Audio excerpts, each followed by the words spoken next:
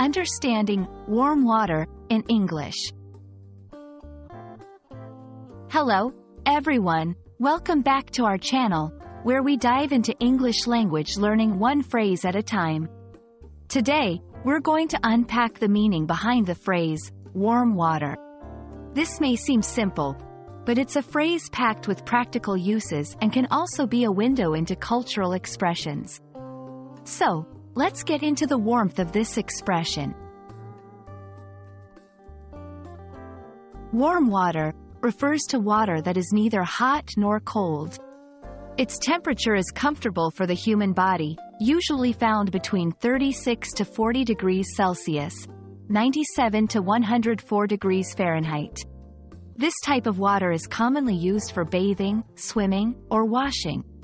It's gentle and soothing and is believed to be beneficial for relaxation and health. Figurative speech. In English, we often use the word warm to describe things that are pleasant, welcoming, or friendly. However, warm water, as a phrase, doesn't have a common figurative meaning on its own. But, let's see how it plays a role in some expressions and situations.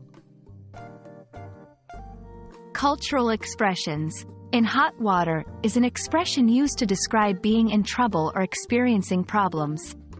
Make one's blood run cold means to shock or terrify someone. In contrast, the idea of warm water would be the opposite, potentially referencing comfort and ease, although it's not a standard expression. When English speakers talk about warm water, they might use it in various contexts. For instance, in instructions, please rinse with warm water after brushing your teeth. In recipes, mix the yeast with warm water to activate it before adding it to the flour. In health and wellness, soak your feet in warm water to relax after a long day. Remembering the phrase, warm water, can be quite straightforward if you associate it with its uses. Think about the last time you had a warm bath or drank water that was just heated enough to soothe but not scald. These daily life moments can be great memory triggers. And that's a wrap on the phrase, warm water.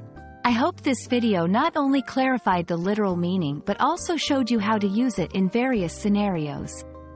Keep practicing by looking out for how often you come across this term in your daily life.